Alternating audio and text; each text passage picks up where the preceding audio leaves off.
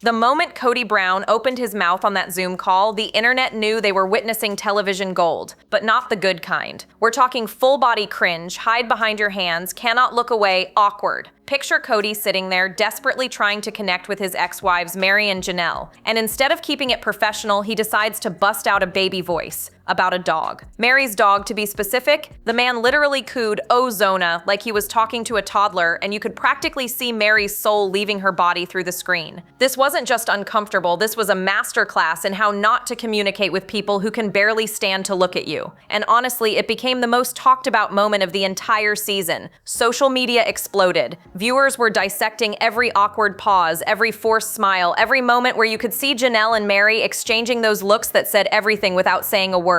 The kind of looks that scream, "Can you believe this guy?" Because really, can anyone? Here's the thing that makes this whole situation even more brutal. This Zoom call wasn't supposed to be some casual catch-up between old friends. This was business, cold, hard business about Coyote Pass, that cursed piece of land that's been sitting there for years while the family imploded around it. They needed to discuss selling it, dividing it, figuring out who gets what after 2 decades of tangled finances and even more tangled relationships. The stakes were high, the emotions were raw, and everyone involved knew this conversation was going to be painful. But Kody? He waltzed into that virtual meeting like he was hosting a daytime talk show, cracking jokes that landed with the grace of a lead balloon, making small talk that nobody asked for, acting like if he could just get them to laugh, maybe they'd forget about all the betrayal, the neglect, the years of emotional manipulation. Spoiler alert, it didn't work. Not even a little bit. Instead, he gave us one of the most second-hand embarrassing moments in reality television history. And that's saying something for a show that's given us plenty of cringy content over the years. What made viewers absolutely lose their minds wasn't just the awkwardness, though. It was watching Mary and Janelle refuse to play along. These women showed up with their armor on, their boundaries set, and zero interest in making Kody feel comfortable. They weren't there to stroke his ego or pretend everything was fine. They were there to handle business, and if that made him squirm,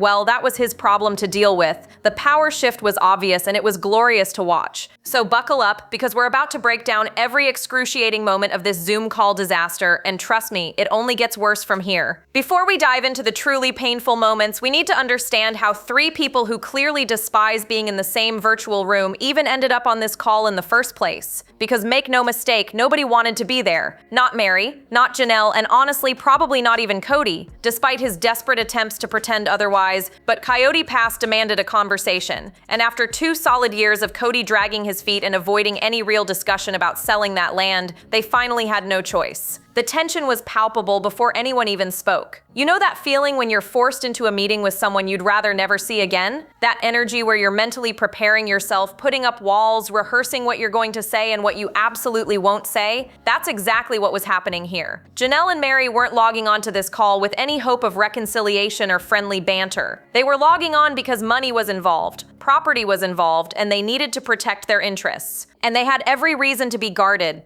This is the same man who spent years withholding affection from Meri while calling her his favorite ex-wife. The same man who's consistently prioritized Robyn over everyone else, making decisions that benefit his remaining marriage while leaving his other relationships to crumble. The same man who couldn't even show up emotionally for his own children, let alone the women who spent decades building a life with him. So yeah, the walls were up, and they were fortress level high. Janelle sat there with that polite but distant expression she's perfected over the years. You could tell she was mentally checking boxes, ready to get through this as efficiently as possible and then get back to her actual life. The life she's building in North Carolina, far away from this mess. She wasn't interested in Kody's feelings, his jokes, or his attempts at connection. She was interested in her 25% of Coyote Pass and getting this nightmare chapter closed once and for all. Meri, on the other hand, had a different energy. She was keeping things surface level, sure, but there was something else simmering underneath. After years of therapy, after finally starting to find her voice, after watching Kody throw her under the bus repeatedly on national television,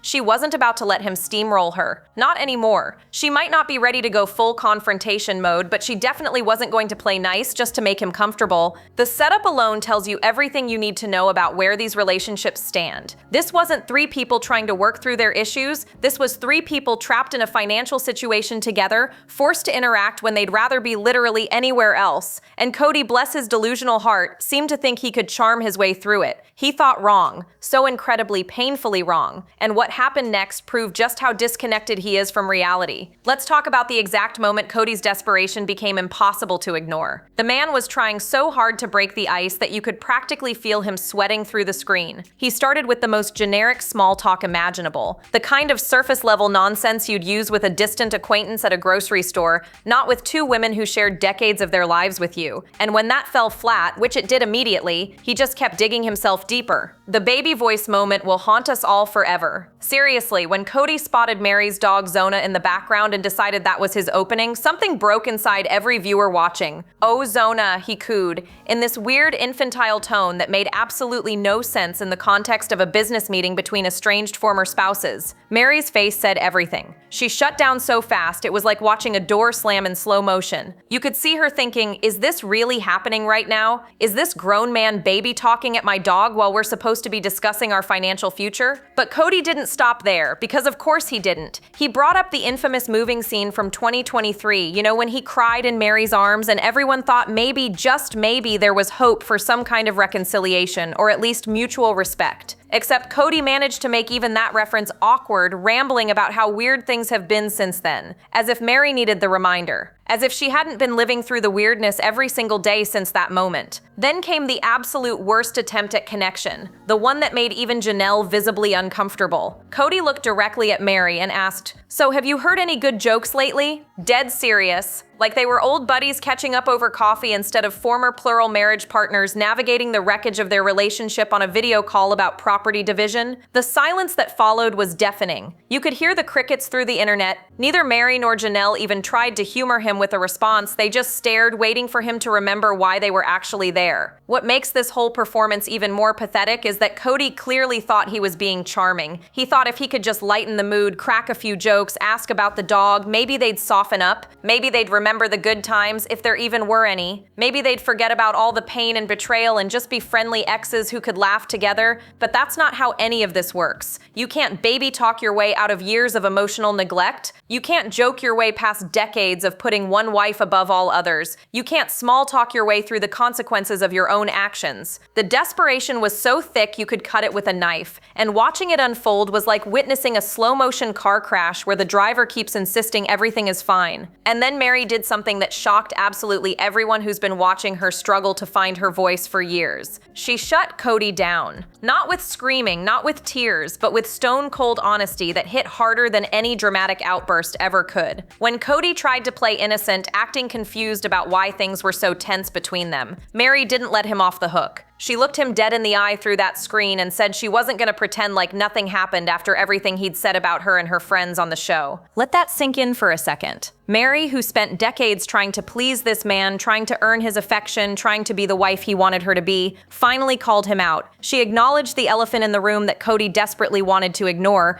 Because here's the thing, Kody hasn't just been cruel to Meri in private. He's done it on national television in front of millions of viewers, trashing her character and insulting her friends for having the audacity to stand up for her. And now he expected her to just smile and play nice during a business call? Absolutely not. This moment represents something huge in Meri's journey. For anyone who's been following her story, we've watched her struggle with standing up for herself. We've seen her in therapy sessions talking about finding her voice, but then falling back into old patterns of trying to keep the peace. We've heard her friend Jen practically begging her to stop being the nice girl, to stop making Kody's life easier at her own expense. And honestly, there were moments where it seemed like Meri might never get there, like she might stay stuck in that people-pleasing mode forever. But something shifted. Maybe it was the therapy finally clicking. Maybe it was watching Kody move on so completely with Robyn while treating her like an afterthought. Maybe it was seeing how her attempts at keeping things smooth only benefited him while leaving her stuck in limbo. Whatever the catalyst, Meri showed up to that Zoom call with a backbone made of steel, and she wasn't about to bend just because Kody felt uncomfortable with the consequences of his own behavior. The power in her response wasn't just in the words themselves. It was in her refusal to soften them, to add a laugh at the end, to throw in a "but I'm over it now" to make him feel better. She stated her truth plainly and left it hanging there for him to sit with. No escape hatch, no easy out, no opportunity for Kody to redirect the conversation to safer territory. Just the raw reality that his public humiliation of her had consequences. And one of those consequences was that she no longer trusted him or felt any obligation to make their interactions pleasant. Viewers absolutely lost their minds over this moment. Social media exploded with support for Meri, with people celebrating her finally standing her ground.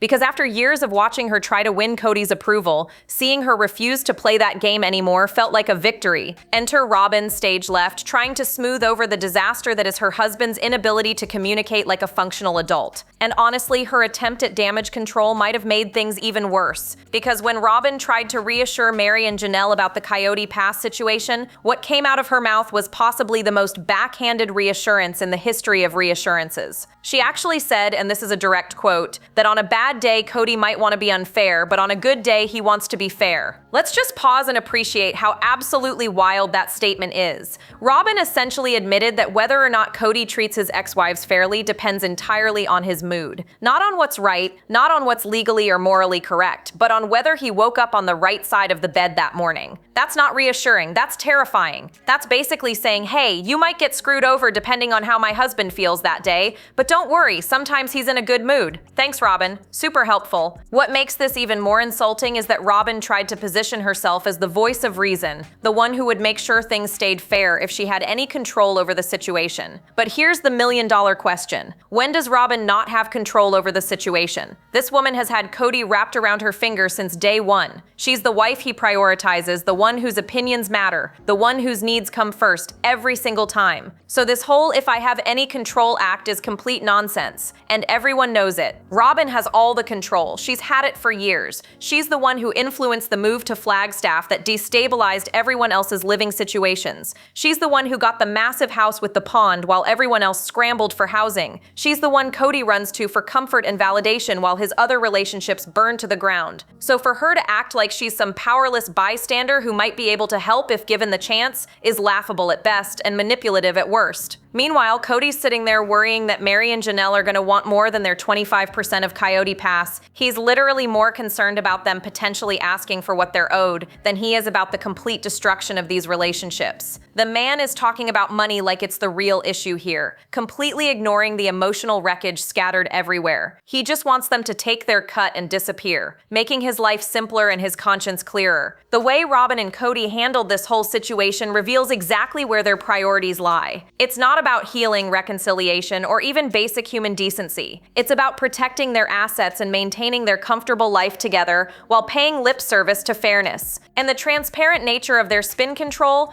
it fooled absolutely nobody watching. Let's talk about what's really driving this whole nightmare. And spoiler alert, it's not Kody's sudden desire to make amends with his ex-wives. It's money, cold, hard cash, and property values. Because underneath all the awkward small talk and forced pleasantries, Kody is absolutely terrified that Mary and Janelle are going to come after more than what he thinks they deserve. And by what he thinks they deserve, we mean the bare minimum he can possibly get away with giving them. Kody's fear about the wives wanting more than their 25% of Coyote Pass isn't coming from nowhere. Their finances have been tangled up for decades in ways that would make any accountant's head spin. We're talking about years of shared expenses, joint purchases, investments made together, and a family fund that was supposed to support everyone equally but somehow never quite worked that way. So yeah, Mary and Janelle could absolutely make arguments for deserving more, especially considering how much they contributed over the years compared to what they actually received. But here's where it gets really infuriating. The way Kody talks about this situation makes it crystal clear that he's thinking about dollars and cents, not about the fallen relationships or the emotional devastation he's caused. He's not lying awake at night wondering how to repair the damage with his children or how to make things right with the women who built a life with him. No,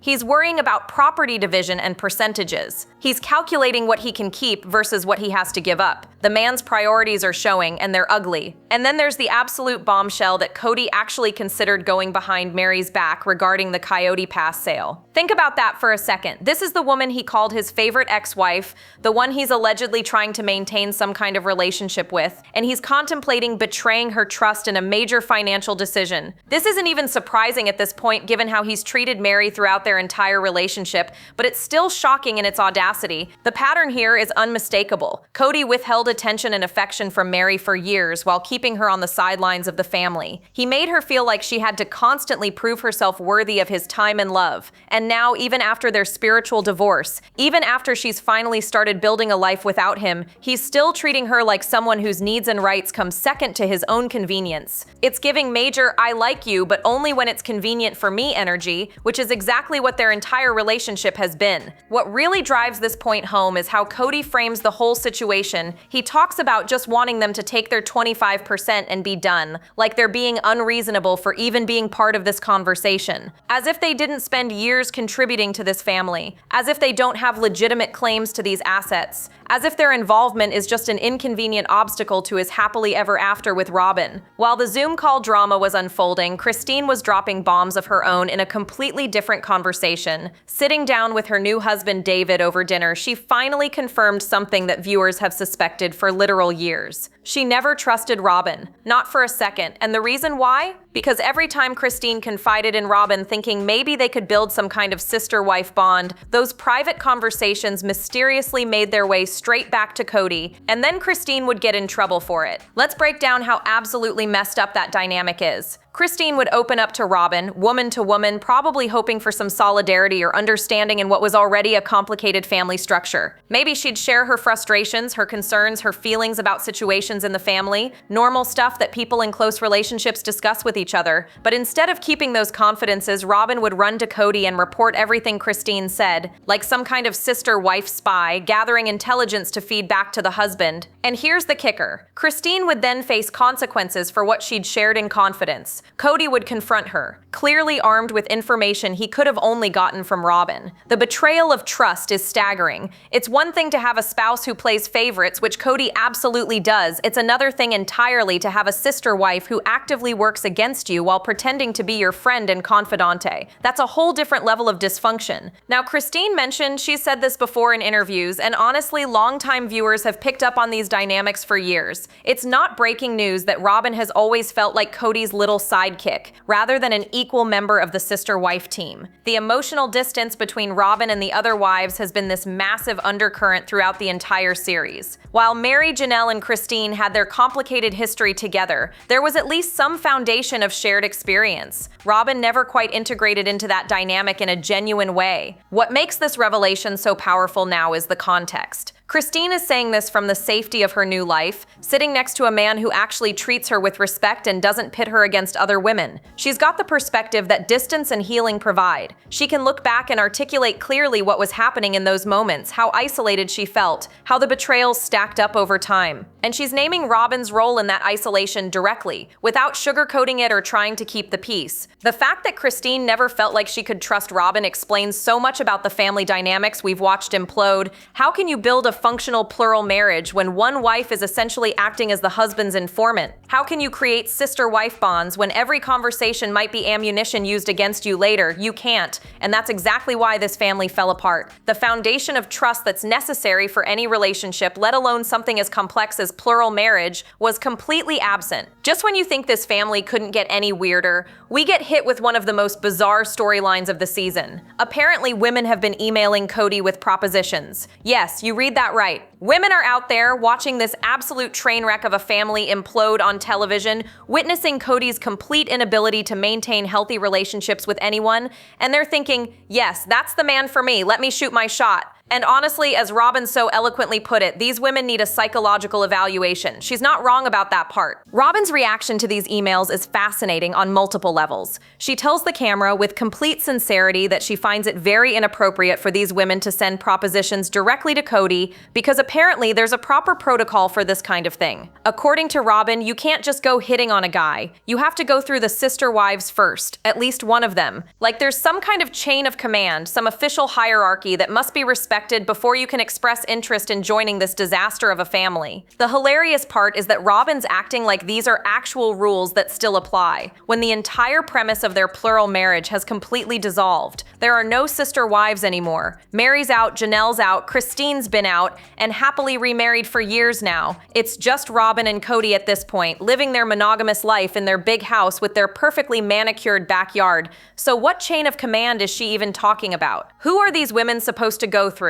It's giving major I still believe in plural marriage energy when we all know she absolutely does not. Because let's be real about what's happening here. Robyn went from being the fourth wife in a plural marriage to being the only wife in what is essentially a traditional monogamous relationship, and she has zero intention of ever sharing Kody again. The woman made the complete 180 from I believe in plural marriage to absolutely not, he's mine now, back off. And honestly, can anyone blame her? After watching Kody juggle multiple relationships with the grace of a drunk octopus, she probably realized she's better off being the only one dealing with him. But here's where it gets even more entertaining. Kody seems to be enjoying the attention from these mystery women. You can tell he's getting a little ego boost from knowing that despite everything viewers have witnessed, despite his terrible behavior being broadcast to millions, there are still people out there interested in him. It's feeding into his whole I'm still desirable narrative that he's been clinging to desperately as his family crumbled around him. The whole situation is just so absurd. The idea that there's proper etiquette for propositioning a man whose plural marriage collapsed spectacularly on reality television, the notion that Robyn's still pretending plural marriage is on the table when she clearly wants nothing to do with it, and Kody sitting there probably daydreaming about being wanted again, completely oblivious to how pathetic the whole thing looks from the outside. Now let's shift gears to something actually positive, because we desperately need a palate cleanser after all that dysfunction. While the adults are busy imploding and fighting over property and betraying each other's trust, Maddie, Janelle's daughter, just posted on Instagram about her new house being officially built in North Carolina, and honestly, it looks absolutely stunning. We're talking big, modern, surrounded by gorgeous land, the kind of fresh start that feels like the complete opposite of everything happening back in Flagstaff with the sister wives chaos. What makes this so significant is that Maddie is physically and emotionally removing herself from the mess. She's not just moving to another house in the same town where she might run into family drama at the grocery store. She's relocating to a completely different state, creating real distance between herself and the toxicity that's consumed her family. And you can tell from her post that she's genuinely excited about this new chapter. She's embracing the North Carolina lifestyle, the countryside vibe, the space and freedom that comes with building something entirely her own. This isn't just about a house. This is about Maddie protecting her own family, her husband, her kids,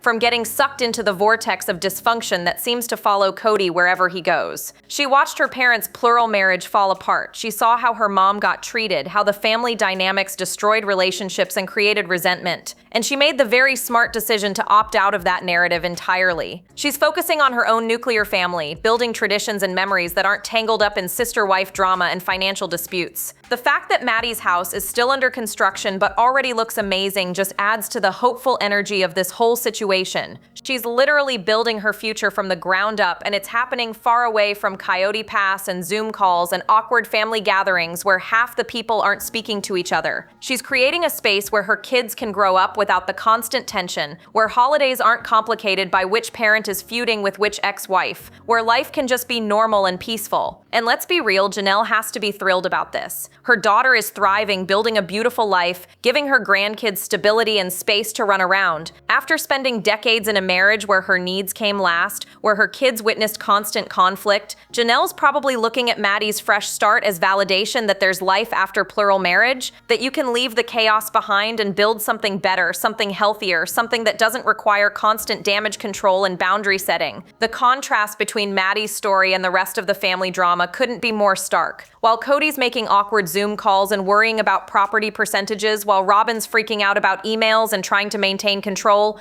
while the adults are all stuck in their patterns of dysfunction, Maddie's out here just living her best life, building her dream home, raising her kids, embracing a completely different lifestyle that has nothing to do with the sister wives' legacy. So here we are at the end of this absolute roller coaster of dysfunction, and the question everyone's asking is the same one that's been hanging over this family for years now. Is Kody genuinely trying to make amends, or is this just another performance for the cameras? Another attempt to manage his image while doing absolutely nothing to address the actual problems he created? Because based on everything we've seen in this episode alone, the answer seems pretty obvious. Let's look at the evidence. Kody shows up to a business meeting with his ex-wives, and instead of handling it professionally, he baby talks at a dog. He makes inappropriate jokes that land like lead balloons. He references past emotional moments as if bringing them up will somehow erase all the pain he's caused. Meanwhile, he's simultaneously considering going behind Meri's back on financial decisions and worrying more about money than relationships. That's not someone trying to make genuine amends, that's someone trying to smooth things over as quickly as possible so he can move on with his life guilt-free. The Zoom call became viral because it captured something we've all experienced in our own lives. That moment when someone who hurt you tries to act like everything's fine, like if they just keep things light and casual,